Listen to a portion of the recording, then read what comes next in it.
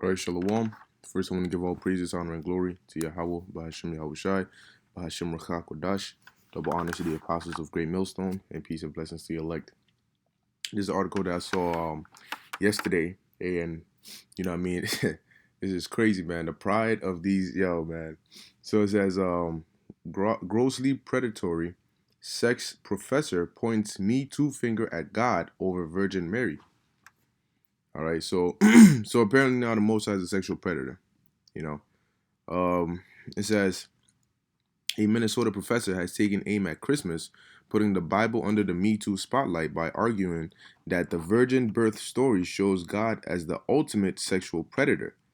Eric Spangler, a professor, and I bet he was an Edomite, a professor of clinical psychology and sexuality studies at Minnesota State University, opened the proverbial can of worms this week, tweeting that the virgin birth story is about an all-knowing, all-powerful deity impregnating a human teen. There is no definition of consent that would include that scenario. First off, that shows you that they lack understanding, because ain't no way in the scriptures tells you the Most High impregnated nobody, man. All right. There's no the whole immaculate conception BS is not even real. So that's so he shouldn't even be qualified to be a professor. Okay. All right. Joseph and Mary did have sex. All right, and that's how the Lord was born. Okay. So this whole why the hell the Most High going? Now what kind of madness is that? All right. That is then that's why America is going to be destroyed. All right. It says netizens were quick to point out that Spangler didn't bother to read the Bible, quoting the very specific passage in which Mary tells the angel, "Let it be," thus actually giving consent. And they off too. We're giving consent to what? The angel to you know what I mean? No. Man, yo. It says nonsense.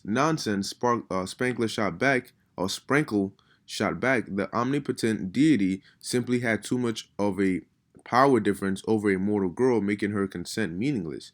To put someone in this position is an unethical abuse of power at best and grossly predatory at worst, he argued. It says the professor's comparison of the Almighty with Harvey Weinstein eventually filtered into the media mainstream, prompting observations that the professor is trying to Me Too God. Spankle's website describes him as a researcher at Minnesota State University, examining sex work stigma, the effects of sexually explicit material, older adult sexuality, and intersections of sexual health and genital piercings. The professor's Twitter bio also includes the words Ave Santanas, Hail Satan. Oh, of course, he's a fucking Satanist. All right. Excuse my language, but he's a Satanist. So obviously that, and I'm pretty sure this guy's an Edomite. Yep, Edomite. It says amongst, and the scriptures talk about this, which I'm gonna get it real quick. Among the responses of his to his was mass posting the Fedora Shrek meme, a common reaction to militant atheism online. It says Sprinkle is not the first to argue that Christianity's origin story was one of rape and abuse. Back in 2012, a series of memes, posters, and websites claiming that God raped Mary prompted another professor to respond with an essay in the Atlantic arguing that Mary's "Let It Be" was actually rather progressive.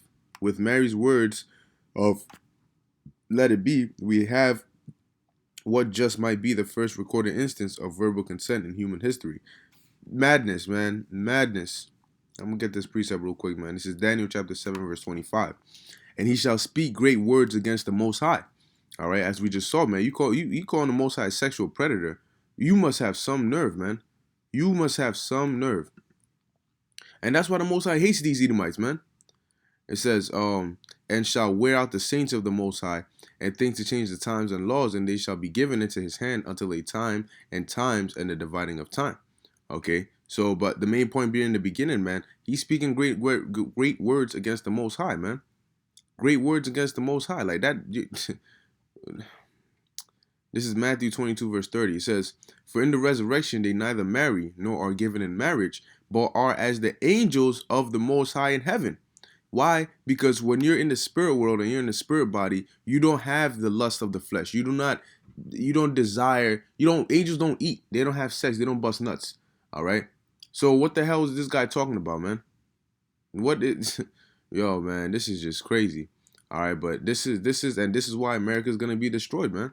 Because the daughter of Babylon, as the scriptures refer to America as, her sins have reached onto heaven. Okay. And the Most High is going to destroy this place. All right. This is just a prime example of the pride of these devils, man. All right. And the Most High is going to bring that down very soon. Okay. So, Lord, this is edifying to the elect. I want to give all praises to Yahweh, Ba'ashem Yahushai, and Shalom.